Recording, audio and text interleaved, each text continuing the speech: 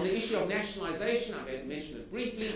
There's been debate about it, particularly from Mr. Malema and a few of his friends. Let me tell you, I think within government there's little enthusiasm for even mentioning nationalisation.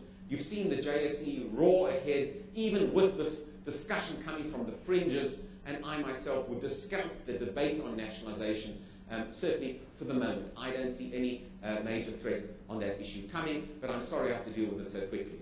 Finally, and I think this is a very big positive for this country, following the election in 2009, we are going to have a much more competitive and open and robust political system in this country, with increased levels, I might add, of political rhetoric. Rhetoric comes from all corners, for that matter, from Mr. Malema, from the Premier of the Western Cape. Indeed, rhetoric has been ratcheted up, but it's part of our democracy. We are becoming like other countries in this world. And what we are doing, for the first time, we are legitimizing opposition. Opposition is okay today. It's not like it was 5 or 10 years ago. And once opposition becomes consolidated, and opposition will move to be consolidated over the course of the next while, the ANC increasingly will feel more fragile. It already feels fragile in certain parts of the country. I must tell you, the Congress of the People, for all of the negatives about the election campaign, that party won a by-election last week in Ekurhuleni municipality here in Johannesburg. It won a by-election. It got over 50% of the vote. It took a seat from the ANC. Now, it didn't get much publicity, but I must tell you, it's quite a mind shift change for voters to now start voting at a local government level for an alternative political party.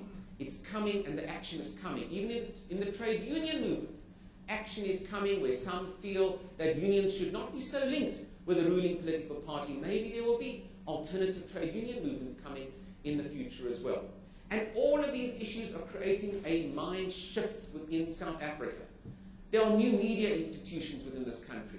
We will have, I hope, more affordable broadband that will give South Africans access to all sorts of opinions and make us much more globally competitive. That shift will change the way we do business, and it will change the way we think as well.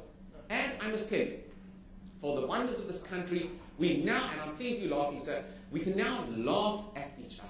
That's the beauty of this last election campaign. For the first time, South Africans woke up to the fact that from a satirical point of view at least, our leaders were not that het up. Well, Mr. Malema got a little bit upset about the Nando's advert. But we can laugh about issues, we can express ourselves very, very fully. And that's a plus for the democracy. It matures our democracy, as silly as it might seem. And I think it's a positive. So very, very finally, I travel around the world a lot. And I look at presidents and performance of governments around the world a lot. I like to compare Mr. Zuma to leaders across the world and see what kind of leader might Mr. Zuma, President Zuma, emulate as he continues in his presidency going forward. Well, the more I look at Zuma, the more he could be South Africa's answer to Ronald Reagan. When Reagan came into power, Americans laughed and scoffed at Reagan. They felt that Reagan wasn't an intellectual, he was a washed-up actor. And what happened? Americans warmed to Reagan. Reagan was the ultimate people's person.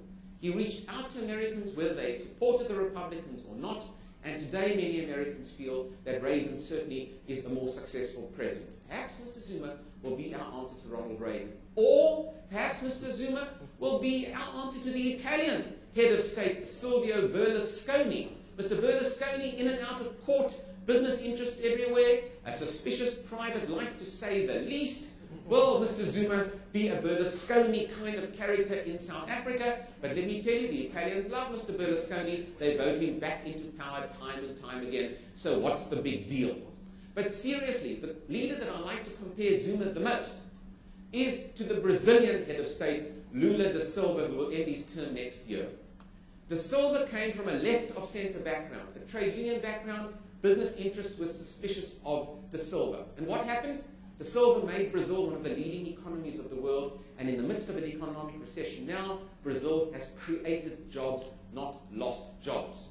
Indeed, perhaps, Mr. Zuma, coming from the same left-of-center background, with the same trade union support, perhaps that's the leader, indeed, that South Africa will see over the course of the next while, the Lula da Silva vacation of South African politics. So